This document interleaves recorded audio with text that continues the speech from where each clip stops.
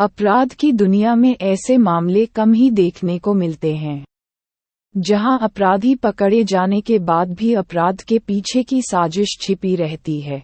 शहर से अचानक दो लोग रहस्यमय तरीके से गायब हो जाते हैं। 24 घंटे के अंदर दोनों की हत्या कर दी जाती है, लेकिन साजिश का खुलासा नहीं होता। अगले 24 घंटे में 4 लोग हत्या के आरोप में पकड़ा जाते हैं, पर तीनों ने अपना जुर्म कबूल कर लिया। लेकिन फिर भी साजिश का खुलासा नहीं हुआ। अपराध की दुनिया में ऐसे मामले कम ही देखने को मिलते हैं, जहां अपराधी पकड़े जाने के बाद भी अपराध के पीछे की साजिश छिपी रहती है।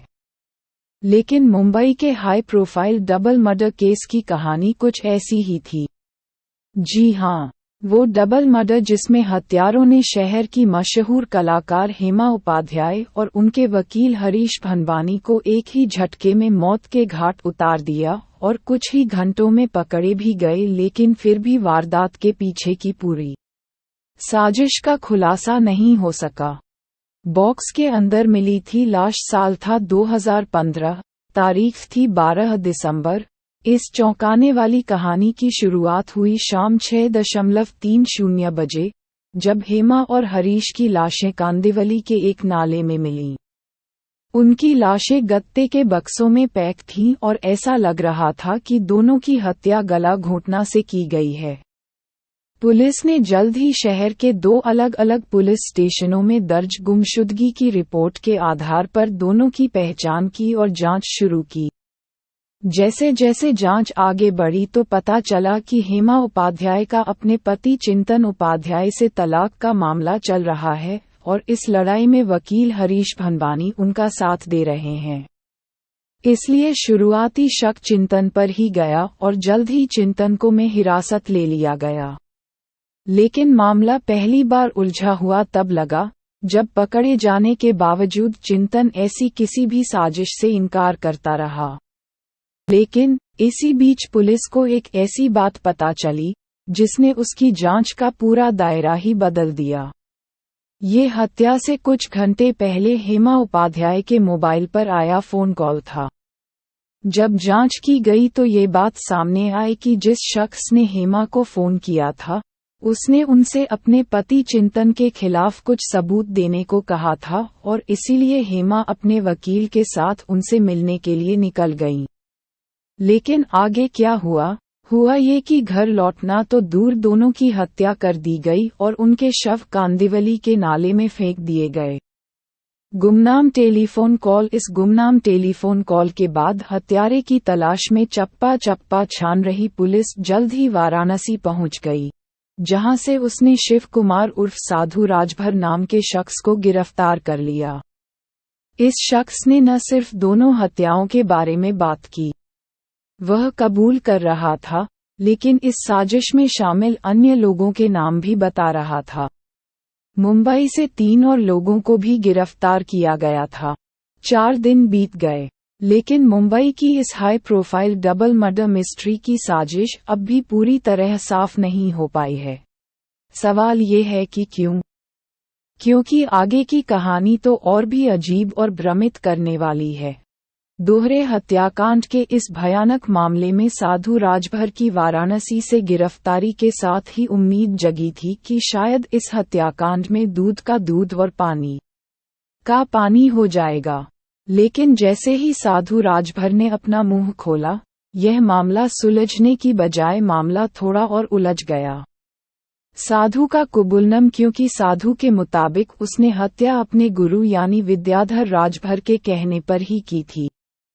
उसे इस बारे में ज्यादा जानकारी नहीं थी कि हेमा उपाध्याय की विद्याधर से क्या दुश्मनी थी। हालांकि उसने पुलिस को ये जरूर बताया कि विद्याधर का कुछ विवाद जरूर चल रहा था पैसों को लेकर हेमा से। विद्याधर की एंट्री चिंतन उपाध्याय तक ऐसे पहुंची मुंबई पुलिस। हालांकि पुलिस शायद इस साधारण सी कहानी पर विश्वास कर लेती, अगर उसे यह न पता होता कि हत्या से पहले हेमा के पति चिंतन उपाध्याय न केवल दिल्ली से मुंबई आए थे, बल्कि उन्होंने और विद्याधर ने एक दूसरे से बातचीत भी की थी।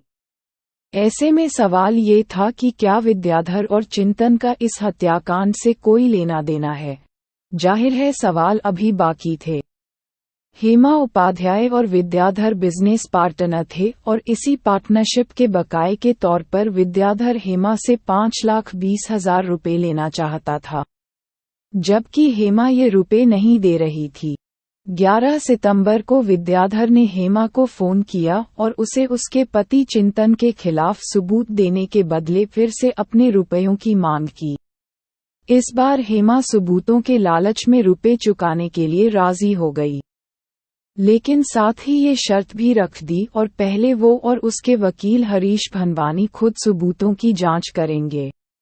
विद्याधर इसके लिए राजी हो गया और दोनों कांदिवली में विद्याधर राजभर के गोदाम में जा पहुंचे। लेकिन यहां पहुंचते ही कहानी में नया ट्विस्ट आ गया। विद्याधर और हेमा में रुपयों के लिए बहस होने लगी और गुस्से में विद्याधर ने हेमा को चांटा रसीद कर दिया। अब हेमा के भी तेवर बदल गए और वो भी विद्याधर को थप्पड़ मार बैठी और बस यहीं गुस्से के माहौल में दोहरे कत्ल की जमीन तैयार हो गई। विद्याधर ने साधु समेत अपने 2 मुलाजिमों को इशारा किया और तीनों ने वेयरहाउस में रखा क्लोरोफॉर्म सूंघा कर पहले हेमा को बेहोश किया और वारदात का चश्मदीद होने की वजह हरीश भनवानी को और फिर एक एक कर दोनों का गला घोंटकर कत्ल कर दिया गया। बाद में ये बात सामने आई कि चिंतन विद्याधर के संपर्क में था और उसने ही विद्याधर को उकसाया था और हेमा को मारने की पूरी योजना बनाई थी। चिंतन उपाध्याय को उम्रकैद मुंबई की एक अदालत ने कलाकार चिंतन उपाध्याय को अपनी अलग रह रही पत्नी हेमा उपाध्याय की हत्या की साजिश रचने के आरोप में आजीवन कारावास की सजा सुनाई। इसके अलावा इस हत्याकांड को अंजाम देने का आरोपी विद्याधर राजभर फरार है। सितंबर 2021 में सुप्रीम कोर्ट द्वारा जमानत दिए जाने से पहले चिंतन लगभग 6 साल तक जेल में था। चिंतन ने अदालत के समक्ष अपने अंतिम बयान में दावा किया था कि पुलिस दोहरे हत्याकांड को सुलझाने में असमर्थ थी और इसलिए इसका फायदा उठा रही थी। उनके और हेमा के वैवाहिक विवाद के चलते उन्हें झूठे केस में फंसाया गया।